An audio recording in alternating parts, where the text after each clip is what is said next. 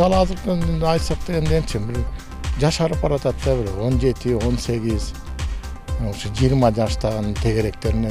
А мында 30 жаш, 40 жаштагылар кездешчи. Баардык орлор жашарып баратат да. Анан бул деген өзүдөн эркек адамдын жанакы урук бөлүп чыккан жумуртка деп коебуз да.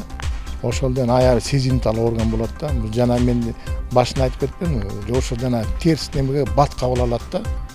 Ошон үчүн ал деген бул адамдын өзүнө сезилбейт.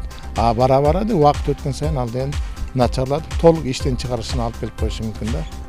Ошон үчүн эркектер уялбай эле, эртерээк эле баягы профилактический эле көрүнүп калса андан эч немеси деле болбойт.